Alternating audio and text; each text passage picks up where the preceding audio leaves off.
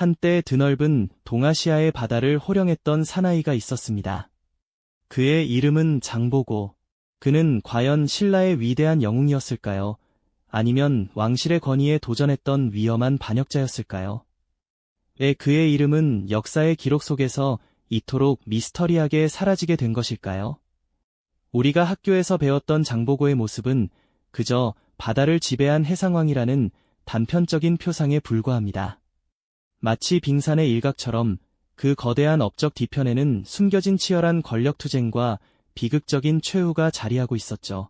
오늘 우리는 그를 둘러싼 수많은 의문들을 끈질기게 파헤치며 우리가 미처 알지 못했던 장보고의 진짜 이야기에 깊이 파고들어 보려 합니다. 그의 발자취를 따라가다 보면 단순한 역사적 사실을 넘어선 거대한 드라마를 만나게 될 것입니다. 장보고는 지금의 완도 지역에서 태어났다고 전해집니다. 당시 신라는 엄격한 골품제 사회였기에 변방의 미천한 신분으로 태어난 그에게는 출세의 길이 거의 봉쇄되어 있었습니다. 개인의 능력보다는 혈통이 모든 것을 결정하던 시대였으니 신분적 제약은 그에게 현실의 거대한 벽으로 다가왔을 겁니다. 하지만 그는 결코 좌절하지 않았죠. 더 큰 세상을 향한 뜨거운 열망을 품고 젊은 시절 과감히 당나라로 건너가 새로운 삶을 개척하기 시작합니다. 드넓은 대륙에서 그는 무령군 소장이라는 직책을 맡아 탁월한 군사적 역량을 키워나갔습니다. 다양한 민족과 문화가 교차하는 당나라에서 그는 세상을 읽는 깊이 있는 안목과 국제적인 감각을 길렀을 것입니다. 그 무렵 신라의 해안은 끊이지 않는 해적들의 행포로 신음하고 있었습니다. 무리를 지어 나타난 해적들은 평화로운 어촌을 무자비하게 습격하고 무고한 백성들을 납치해 노비로 팔아넘기는 만행을 서슴지 않았습니다. 동아시아의 바닷길은 공포에 휩싸였고 신라 사람들은 언제 해적에게 잡혀갈지 모르는 불안감에 떨며 하루하루를 살아야 했죠. 장보고는 당나라에서 이 비극적인 현실을 직접 목격했습니다. 그의 눈앞에서 고향 신라의 백성들이 짐승처럼 끌려가 노비시장에서 처참하게 팔려나가는 광경은 그의 가슴에 깊은 울분과 함께 강렬한 깨달음을 주었습니다. 이대로는 안 된다. 이 바다를 반드시 지켜내야 한다. 그는 해적의 위협이 단순히 치안 문제를 넘어 신라의 국가적 존립과 경제적 번영을 뿌리째 흔드는 심각한 문제임을 직시했습니다. 동시에 해상무역의 중요성을 누구보다 먼저 간파했죠. 안전하고 활발한 바닷길이 확보되어야만 신라가 진정으로 번성할 수 있다는 것을요. 먼 이국 땅에서 고향의 비극을 마주하며 장보고는 자신의 가슴 속에 거대한 사명을 새겼습니다. 드넓은 바다를 평정하고 신라인들의 삶을 안전하게 보호하며 나아가 동아시아 해상 무역의 중심의 신라를 우뚝 세우겠다는 원대한 꿈을 품게 된 것입니다. 결국 그는 신라로 돌아와 당시의 흥덕왕에게 직접 나섰습니다. 황량했던 고향 완도에 청해진이라는 해상기지를 설치하여 해적을 완벽하게 소탕하고 해상 무역을 안전하고 효율적으로 관리하겠다는 원대한 계획을 건의했죠. 미천한 신분이었던 그가 일국의 왕에게 이토록 거대한 포부를 밝히는 것은 결코 쉬운 일이 아니었을 겁니다. 하지만 그의 확고한 비전과 강력한 의지는 왕의 마음을 움직였습니다. 마침내 828년 흥덕왕은 장보고의 건의를 흔쾌히 받아들여 완도에 청해진을 설치하는 것을 허락했습니다. 이로써 장보고는 단순한 군인이 아닌 자신의 거대한 꿈을 현실로 만들어낼 절호의 기회를 잡게 되었죠. 이제 그는 거친 바다를 무대로 새로운 역사를 써내려갈 위대한 준비를 마친 것입니다. 과연 장보고는 이 바다 위에서 어떤 기적을 이뤄낼 수 있었을까요? 흥덕왕의 윤허를 받은 장보고는 마침내 자신의 원대한 꿈을 현실로 일궈낼 절호의 기회를 잡게 되었습니다. 그는 828년 완도의 청해진을 건설하자마자 그야말로 경이로운 속도로 동아시아 바다를 자신의 무대로 바꾸어 나갔죠. 당시 해적들이 창궐하던 바다는 상인들에게는 공포의 대상이었지만 장보고에게는 무한한 기회의 땅이었습니다.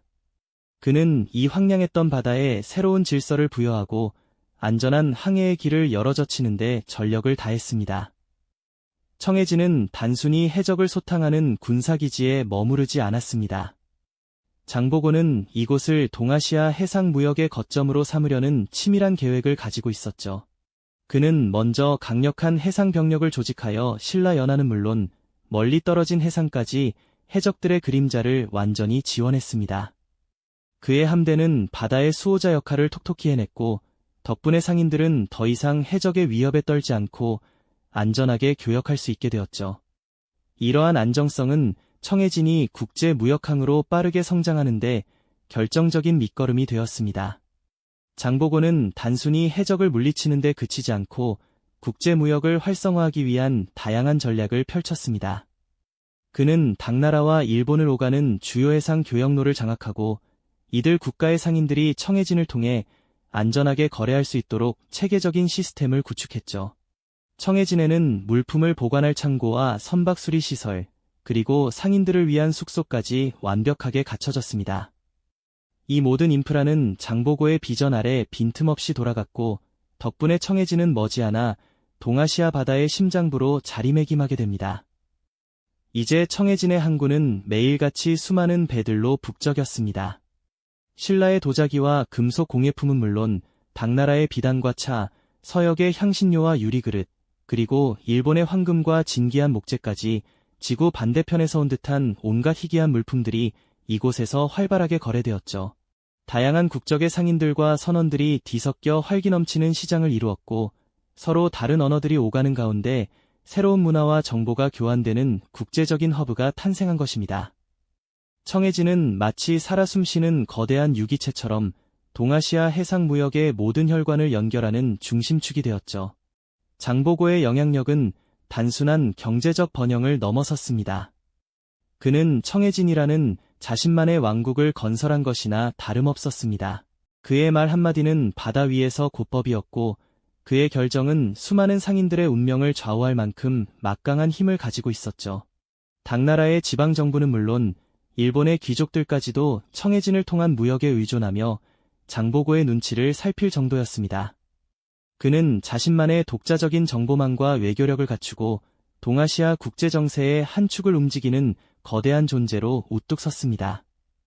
이처럼 장보고는 미천한 신분이라는 한계를 뛰어넘어 오직 자신의 비전과 추진력만으로 바다를 지배하는 해상왕의 자리에 올랐습니다. 청해진은 그의 웅대한 꿈이 현실이 된 결정체였고, 그곳에서 피어난 번영은 신라인들에게 커다란 자부심을 안겨주었죠. 하지만 그의 막강한 권력과 독립적인 세력은 신라 중앙정부의 눈에는 거슬리는 존재로 비치기 시작했습니다. 바다 위에서 기적을 이뤄낸 장보고, 과연 그의 앞날은 순탄했을까요? 네, 바다 위에서 기적을 이뤄낸 장보고, 과연 그의 앞날은 순탄했을까요? 안타깝게도 그의 거침없는 행보는 신라 중앙정부의 깊은 우려를 사기 시작했습니다. 장보고가 구축한 청해진은 단순한 해상 무역의 거점을 넘어 마치 신라 안에 또 하나의 독립된 왕국처럼 기능하고 있었으니까요. 완도의 청해진은 자체적인 군사력을 갖추고 있었을 뿐 아니라 막대한 부를 바탕으로 독자적인 외교 활동까지 펼치며 동아시아 국제관계의 중요한 축으로 자리매김했습니다. 신라의 수도 금성에서 멀리 떨어진 바다 위에서 장보고는 사실상 왕이나 다름없는 절대적인 권력을 행사하고 있었던 셈이죠.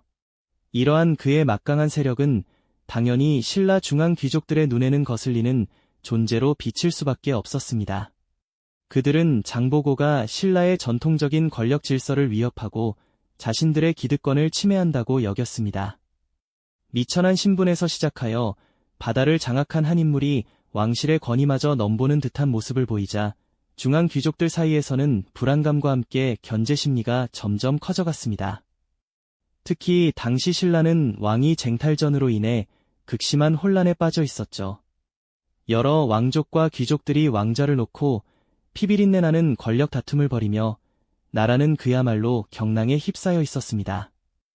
이러한 어수선한 시기에 장보고는 자신의 정치적 영향력을 확대할 절호의 기회를 포착합니다. 그는 당시 왕위 계승 서열에서 밀려나 있던 김우징을 적극적으로 지지하며 왕위 쟁탈전에 깊숙이 개입하게 됩니다.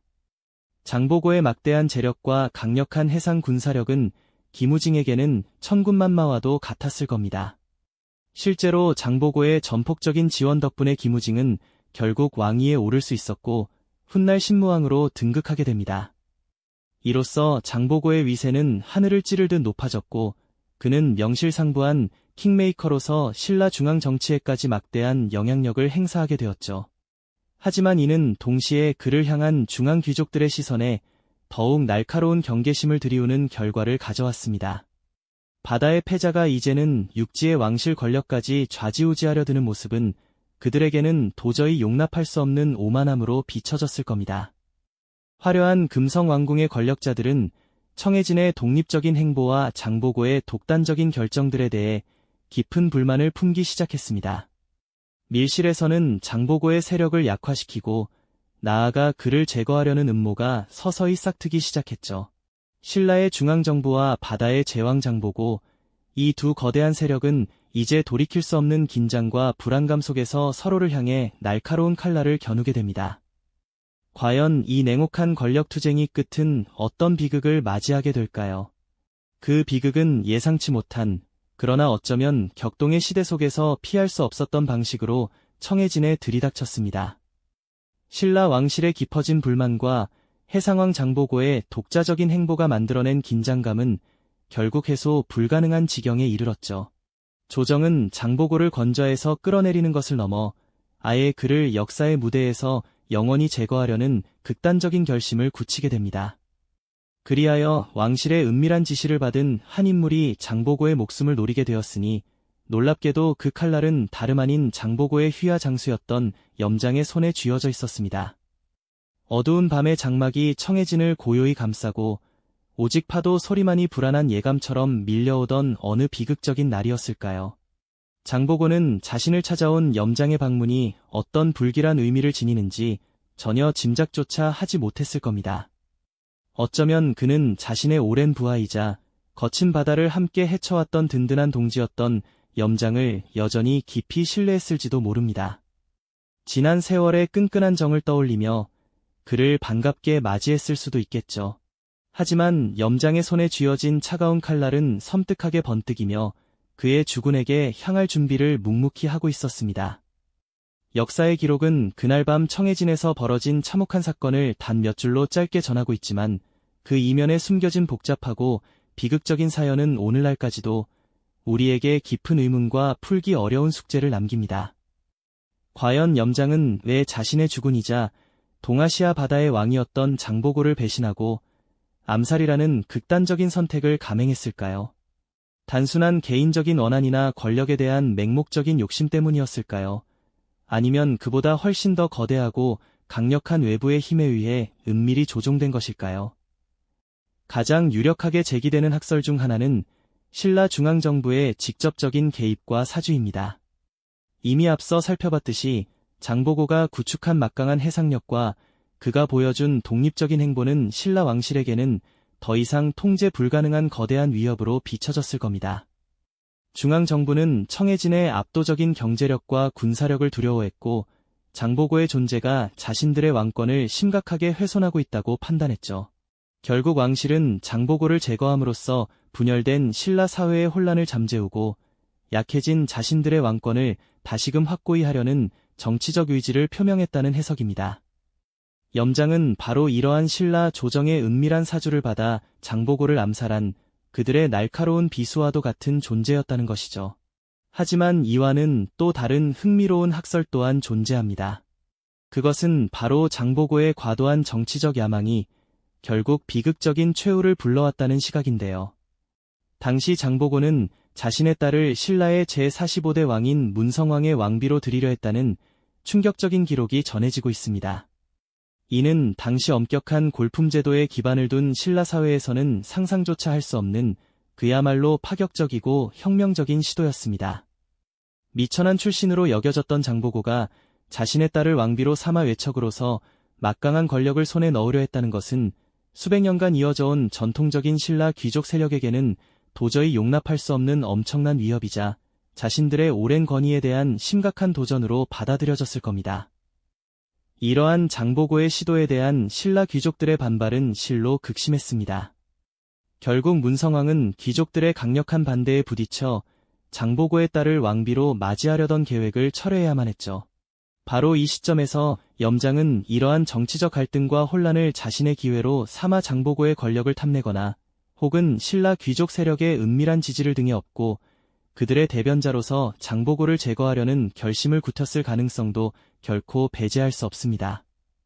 어쩌면 염장은 신라 왕실과 귀족 세력 모두의 복잡한 이해관계가 얽힌 거대한 암투 속에서 움직인 인물이었을지도 모릅니다.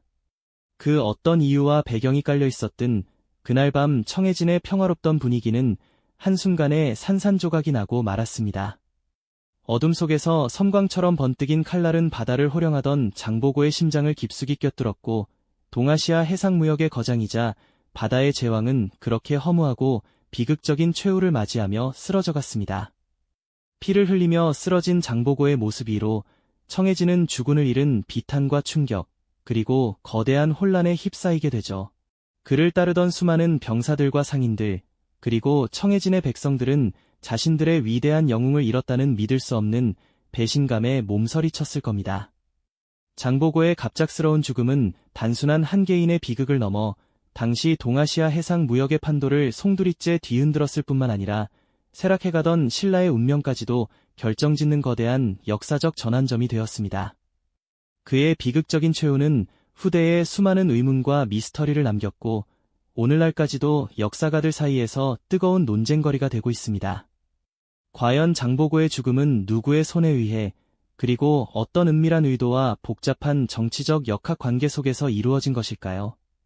그날 밤 청해진의 어둠 속에서 영원히 묻히게 된 진실은 과연 무엇이었을까요? 우리는 그 미스터리의 조각들을 하나씩 맞춰가며 장보고의 삶과 죽음이 남긴 의미를 깊이 되새겨볼 필요가 있습니다. 그렇다면 과연 그날 밤 청해진의 어둠 속에서 어떤 일이 벌어졌던 것일까요? 장보고 대사는 대체 누구의 칼날에 쓰러졌으며 그 배후에는 어떤 은밀한 의도가 숨겨져 있었던 걸까요? 역사는 염장이라는 인물을 지목하고 있지만 단순한 개인의 배신으로 치부하기엔 너무나도 복잡한 정치적 역학관계가 얽혀 있었죠. 가장 유력하게 전해지는 이야기는 신라 중앙정부의 사주였습니다.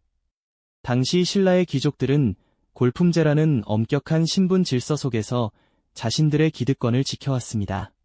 그런데 미천한 출신이었던 장보고가 해상무역을 통해 막강한 부와 군사력을 손에 넣고 급기야 자신의 딸을 왕비로 사마왕실의 외척이 되려 하자 이는 그들에게 용납할 수 없는 도전으로 여겨졌던 것이죠. 장보고의 사위가 되어 왕실과 끈을 맺으려던 시도는 어쩌면 그가 자신의 거대한 해상 제국을 더욱 공고히 하고 신라 내에서의 정치적 입지를 확고히 하려는 마지막 승부수였을지도 모릅니다. 하지만 이 야심찬 계획은 오히려 그의 비극적인 최후를 불러오는 결정적인 계기가 되고 말았죠.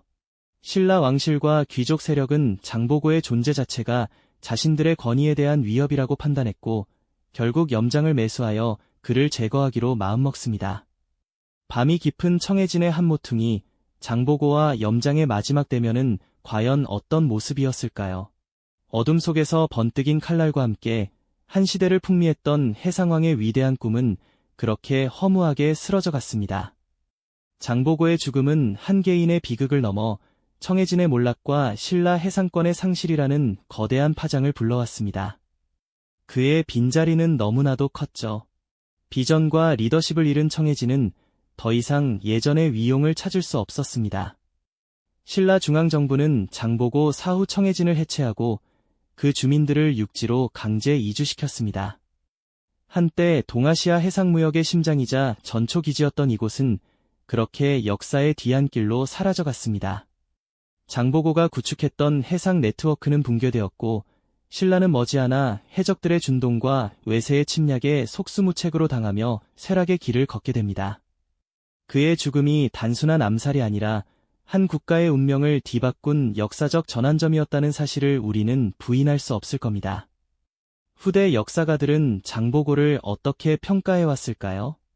어떤 이들은 그를 신라의 영웅이자 바다를 개척한 위대한 선구자로 기억합니다. 그의 탁월한 통찰력과 불굴의 의지로 동아시아 해상 질서를 재편하고 신라의 막대한 경제적 번영을 가져다 주었으니 말이죠. 반면 일부는 그를 신라 왕실의 대항한 반역자, 지나친 야망으로 스스로를 파멸시킨 인물로 보기도 합니다. 과연 그는 시대의 희생양이었을까요? 아니면 자신의 이상을 향해 나아가다 좌절된 비운의 개척자였을까요? 어쩌면 이 모든 시선이 장보고라는 인물의 복잡다단한 면모를 보여주는 일부분일지도 모릅니다. 그의 삶은 영웅과 반역자라는 이분법적 사고로는 온전히 이해하기 어려운 그 시대의 모든 빛과 그림자를 담고 있는 거대한 서사라고 할 수 있겠죠. 염장의 칼날이 장보고의 심장을 꿰뚫던 그 순간은 단순히 한 영웅의 생명이 꺼지는 비극적인 장면만을 의미하지 않습니다. 그것은 청해진이라는 거대한 해양 제국의 몰락을 알리는 신호탄이었고, 나아가 신라가 해상 패권을 상실하며 쇠락의 길로 접어드는 결정적인 순간이었습니다. 한 개인이 이룩한 위대한 업적이 배신과 권력 다툼이라는 내부의 갈등으로 인해 얼마나 허무하게 무너질 수 있는지를 보여주는 아이러니이자, 동시에 역사의 거대한 흐름이 어떻게 변화하는지를 극적으로 보여주는 클라이맥스라고 할 수 있죠. 바다를 지배했던 그의 꿈은 그렇게 좌절되었고, 한반도의 해양사는 새로운 전환점을 맞이하게 된 것입니다. 그렇다면 오늘날 우리는 이 해상왕 장보고의 이야기에서 무엇을 배울 수 있을까요? 그의 삶과 죽음은 급변하는 국제 질서 속에서 한 국가의 해양력이 얼마나 중요하며 경제적 주권이 어떻게 유지되어야 하는지를 생생하게 일깨워줍니다. 장보고는 단순히 먼 과거의 인물이 아니라 오늘날에도 유효한 통찰을 전해주는 시대의 스승이라고 할 수 있겠죠. 또한 한 개인의 비범한 능력과 비극적인 최후를 통해 우리는 역사를 다층적으로 이해하고 권력과 이상 사이의 끊임없는 줄다리기를 통찰하는 깊은 지혜를 얻게 됩니다. 장보고가 꿈꾸었던 바다의 미래는 과연 어떤 모습이었을까요? 그의 이름은 비록 미스터리 속에 묻혔을지라도 미지의 바다를 향해 용감하게 나아갔던 그의 도전 정신과 개척자적 삶은 오늘날까지도 우리에게 깊은 영감을 선사하고 있습니다. 역사에 익힌 페이지 속에서 진정한 의미를 찾아가는 여정은 언제나 계속될 것이며, 우리는 그 속에서 과거와 현재를 잇는 소중한 연결고리를 발견하게 될 겁니다. 그의 이야기는 단순한 과거의 전설이 아니라 미래를 향해 나아가는 우리에게 끊임없이 질문을 던지는 살아있는 메시지인 것이죠. 이 영상이 도움이 되셨다면 좋아요와 구독 부탁드립니다. 여러분의 응원이 제게 큰 힘이 됩니다. 다음 영상에서도 더 유용한 정보를 공유하겠습니다. 감사합니다.